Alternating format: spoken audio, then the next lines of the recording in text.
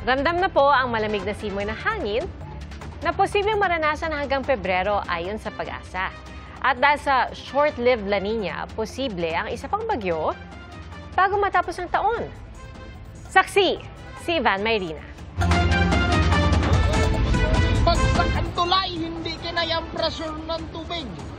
Malakas ang ragasan ng baha bunsod ng walang tigil na ulan sa barangay Dugitoo sa Birac, Catanduanes. Dahil dito, nawasak ang spillway. Pahirapan ang pagtawid ng mga residente.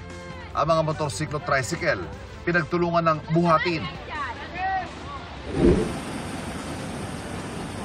Umapaw rin ang spillway sa bayan ng Biga, kaya binaha ang mga kalsada at ilang bahay. Ayon sa Pag-asa, easterlies ang nagpaulan sa Bicol Region. Sa Negros Occidental, patay matapos tamaan ng kidlat ang 25 anyos na lalaki sa Sagay City. Ayon sa pulisya, may mga kasama sa bangka ang biktima, pero siya lang ang tinamaan ng kidlat. Itinakbo pa siya sa pagamutan, pero nasawi rin kalaunan. Nakatuntong sa bato ang dalawang minor de edad sa Zamboanga City nang matrap sa gitna ng rumaragas ang sapa. Buwis buhay na lumusong sa tubig ang kapitan ng barangay gamit ang isang lubid para sagipin ang mga binatilyo.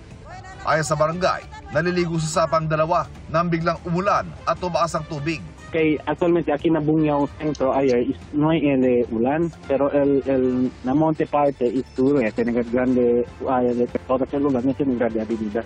Tinangay rin ang susi ng kanilang motorsiklo, kaya isinakay ito sa sasakyan ng barangay. Sa tala ng NDRRMC, halos 58,000 pamilya o mahigit 100,000 individual ang apektado ng Bagyong Wilma at Shearline.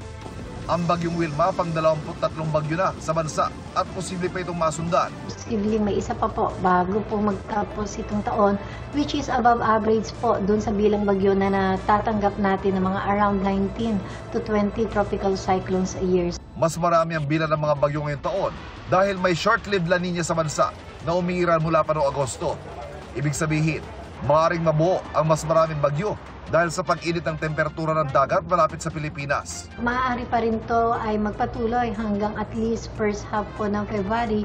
Kaya ibayo pa rin po natin pinag-iingat yung ating mga kababayan. Dahil dito, posible rin daw na makaranas tayo ng mas malamig na temperatura. So mas lalamig pa po sa mga susunod na weeks and months. Usually po kasi ang peak season ng ating amihan ay January at February. Sa tala ng Pag-asa, may chance raw na bumaba hanggang 11.4 degrees Celsius ang temperatura ngayong Disyembre. Posible rin daw umabot hanggang 7.9 degrees Celsius ang temperatura sa Enero at Pebrero. Sa Baguio nga, ramdam ng malamig na simoy ng hangin. Bumagsak sa 13.6 degrees Celsius ang temperatura sa Baguio kahapon. Mas malamig na 12.6 degrees naman nung Sabado. Kaya enjoy ang mga turista na dumayo roon ngayong long weekend. Walking.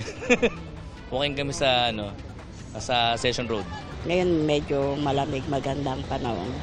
Nakahanda naman po kami, may dala kaming mga jacket, bonnet. Punuan din ang mga pasyalan sa Tagaytay na malamig na rin ang klima. I'm wearing a leather jacket.